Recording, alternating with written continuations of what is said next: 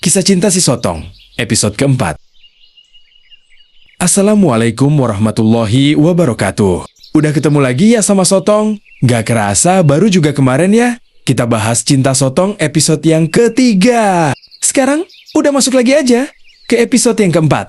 Tapi sebelum lanjut, seperti biasa, Sotong mau ngucapin terima kasih buat kalian yang masih stay di channel Sotong. Sehat-sehat ya kalian. Dan semoga dilimpahkan rezekinya. Amin. Oke, kita lanjut sekarang ya. Kemarin, udah sampai mana ya Sotong ceritanya? Yops, betul. Baru sampai pas kelulusan sekolah ya, fase itu. Fase mulai diuji habis-habisan dalam hubungan percintaan Sotong. Pasalnya, setelah keluar sekolah, Sotong langsung sibuk cari kerjaan. Karena pada saat itu, perekonomian keluarga sedang gak baik-baik aja.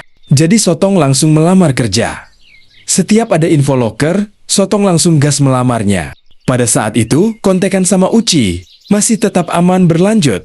Akan tetapi, untuk ketemuan, itu sedikit berkurang. Dan alhamdulillah, sebenarnya sih Sotong cepat dapat kerjaannya. Tapi, karena memang Sotong baru keluar sekolah, jadi Sotong belum memahami dunia pekerjaan ternyata nggak semudah membalikan telapak tangan.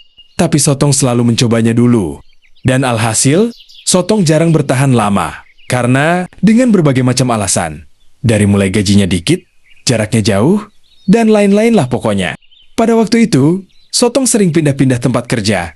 Ya intinya, cari yang cocok buat Sotong dari segi gaji dan yang lainnya. Dan pada akhirnya, Sotong dapat deh pekerjaan. Yang menurut Sotong, lumayan cukup lah, tapi posisinya berada di luar kota ya. Sotong waktu itu kerja di salah satu restoran dan hotel ternama di kota itu. Dan singkat cerita, Sotong mulai kerja. Semenjak itu, Sotong berfokus ke kerjaan. Niatnya sih untuk membantu dulu, memulihkan perekonomian keluarga.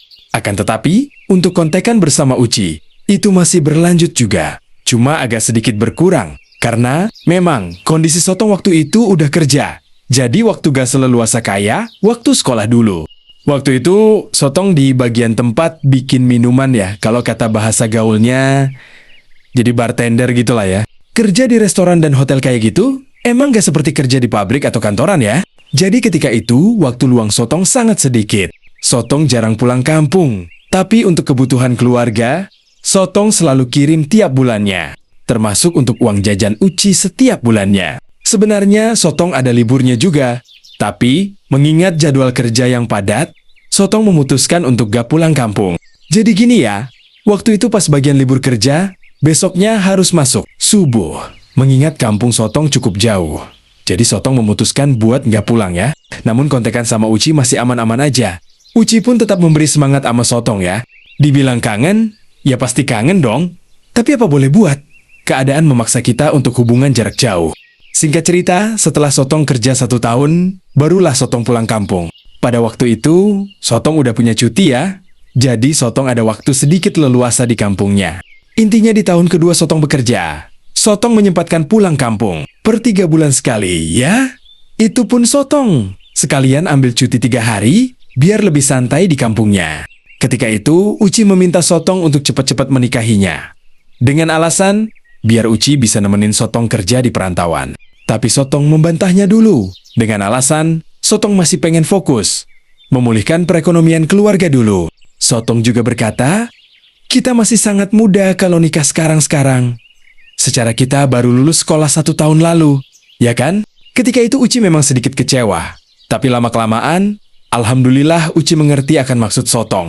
Nah, singkat cerita nih ya, Uci meminta izin buat kerja di salah satu konveksi kerudung.